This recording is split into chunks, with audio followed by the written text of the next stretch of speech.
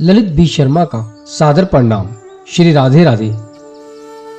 कल 28 जनवरी शुक्रवार के दिन षटतिला एकादशी है। षटतिला एकादशी के व्रत खोलने का समय 29 जनवरी शनिवार के दिन 7:11 से लेकर 10:46 सुबह का है। इस दिन षटतिला एकादशी का व्रत किया जाता है। माघ कृष्ण पक्ष की यह एकादशी है। एकादशी का व्रत बहुत ही अहम व्रतों में एक व्रत कहा गया है और इस व्रत के करने से सभी पाप नष्ट होते हैं, भक्ति मिलती है, गोविंद कृपा मिलती है। षटतिला एकादशी की व्रत कथा इस प्रकार है।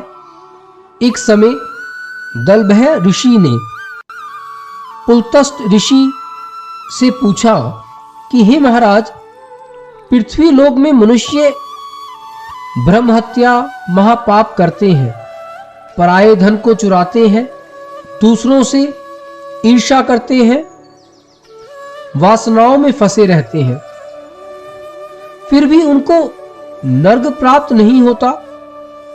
इसका क्या कारण है? वह ऐसा क्या पुण्य करते हैं जिससे उन पर भगवान की कृपा बनी रहती है? ऋषि ने कहा कि हे महानुभाव, आपने ऐसा प्रश्न पूछा है जो कि सभी मनुष्य प्राणियों के भले के लिए ही है। मैं आपसे कहता हूं कि एकादशी की तिथि को अच्छे पुण्य कार्य करने चाहिए, दान धर्म करना चाहिए, तिलों का दान करना चाहिए, अपने आप को भक्ति में लगाए रखना चाहिए। जो लोग हरदम एकादशी का व्रत करते हैं और अपना जीवन भगवान की भक्ति में लगाए रखते हैं, वह कभी भी पाप कार्य नहीं करते हैं और उन्हें हरदम बैकुंठ का धाम मिलता है। जो मनुष्य पाप कार्यों में लिप्त रहते हैं, उन्हें कुछ अच्छे कार्य करने से स्वर्ग तो प्राप्त हो जाता है, पर वह हरदम स्वर्ग में नहीं रह पाते हैं।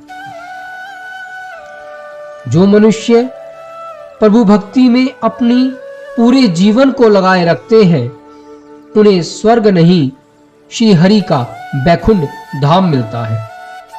ऐसी ही एक एकादशी है जो सभी पापों को नष्ट कर देती है, जिसको हम षटतिला एकादशी कहते हैं।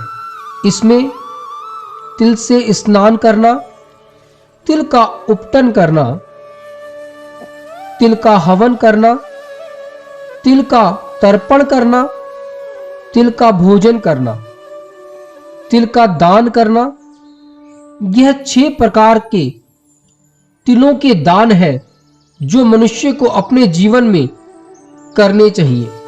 इनके प्रकार के कारण यह षटतिला एकादशी कहलाती है।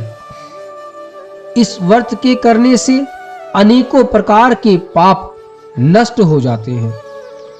इतना कहकर पुलत्स्य ऋषि कहने लगे कि अब मैं तुम्हें एकादशी की व्रत कथा कहता हूं। एक समय नारद जी ने भगवान विष्णु से यही प्रश्न किया था और भगवान ने जो षटतिला एकादशी का महत्व नारद जी से कहा, सो मैं तुमसे कहता हूं। भगवान ने नारद जी से कहा कि हे नारद, मैं तुमसे सत्य घटना कहता हूं, ध्यान पूर्वक सुनो। प्राचीन काल में मृत्युलोक में एक ब्राह्मणी रहती थी। वह सदैव व्रत किया करती थी। एक समय वह 1 मास तक व्रत करती रही। उससे उसका शरीर बहुत ही दुर्लभ हो गया। यद्यपि यह अत्यंत बुद्धिमान थी, यद्यपि उसने कभी देवी देवताओं या ब्राह्मणों के निमित्त अन्न, धन या तिल का दान नहीं किया। इससे मैंने सोचा कि ब्राह्मणी के व्रत आदि से अपना शरीर तो शुद्ध कर लिया है, अब उसे विष्णु लोक तो मिल जाएगा, परंतु इसने कभी अन्न का दान नहीं किया, इससे इसकी तृप्ति होना कठिन है। भगवान ने कहा। ऐसा सोचकर मैंने एक भिखारी का वेश बनाकर मृत्यु लोक में उस ब्राह्मणी के पास गया और उससे भिक्षा मांगी। वह ब्राह्मणी बोली, महाराज किसके लिए आए हैं? मैंने कहा, मुझे भिक्षा चाहिए। इस पर उसने एक मिट्टी का ठेला मेरे भिक्षा पात्र में डाल दिया। मैं उसे लेकर स्वर्ग में लौट आया।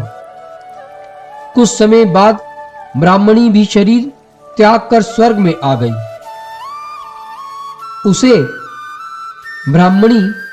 उस ब्राह्मणी को मिट्टी का दान करने से स्वर्ग में सुंदर महल मिला, परंतु उसके अपने घर में अन्न तथा सामग्री शून्य देखी। घबराकर वह मेरे पास आई और कहने लगी कि भगवान, मैंने आपके व्रत आदि से आपकी पूजा की, परंतु मेरे घर में अन्न का एक दाना भी नहीं है। इसका क्या कारण है? इस पर मैंने कहा, पहले तुम अपने घर जाओ, देव स्त्रियां आएंगी तुम्हें देखने के लिए। पहले उनसे अष्टतिला एकादशी का पुण्य और विधि सुन लो, तब द्वार खोलना। मेरे ऐसे वचन सुनकर वह अपने घर गई। जब देव स्त्रियां आई और द्वार खोलने को कहा तो ब्राह्मणी बोली, आप मुझे देखने आई हैं तो पहले अष्टतिला एकादशी का महत्व मुझसे कहो। उसमें से एक देव स्त्री कहने लगी कि मैं कहती हूं। जब ब्राह्मणी ने अष्टतिला एकादशी का महत्व सुना तब द्वार खोल दिया। देवगान्याओं ने उसको देखा कि वह तो ना गंधर्व है ना असुरी है, वरना पहले जैसी मनुष्य ही है। उस ब्राह्मणी ने उनके कथा अनुसार अष्टतिला एकादशी का व्रत किया। इसके प्रभाव से वह सुंदर और रूपवती हो गई तथा उसका घर अन्न से और अन्य सामग्रियों से भर गया। अतः मनुष्य को मूर्खता त्याग कर अष्टतिला एकादशी का व्रत और लोभ ना करके तिल का दान करना चाहिए। इससे दुर्भाग्य, दरिद्रता का नाश होता है और कष्ट भी दूर होते हैं और मोक्ष की प्राप्ति होती है। अष्टतिला एकादशी के व्रत करने से मनुष्य इस जीवन को, इस देह को त्याग कर भगवान के चरणों का वास प्राप्त करता है। भक्ति करना और दान करना दोनों ही श्रेष्ठ बताए गए हैं। अपने हाथ से जो भी हम दान कर सकते हैं वह दान करना चाहिए। खासकर अन्न का दान तो मनुष्य को जरूर करना चाहिए। तिल का दान भी बहुत ही बड़ा माना गया है। तिल दान करने से मनुष्य के पाप नष्ट होते हैं।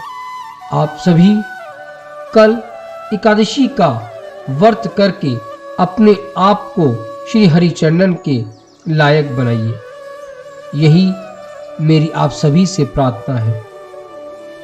इन्हीं शब्दों के साथ अपनी इस वाणी को मैं विराम देता हूँ। मिलते हैं एक नई कथा के साथ। श्री राधे राधे।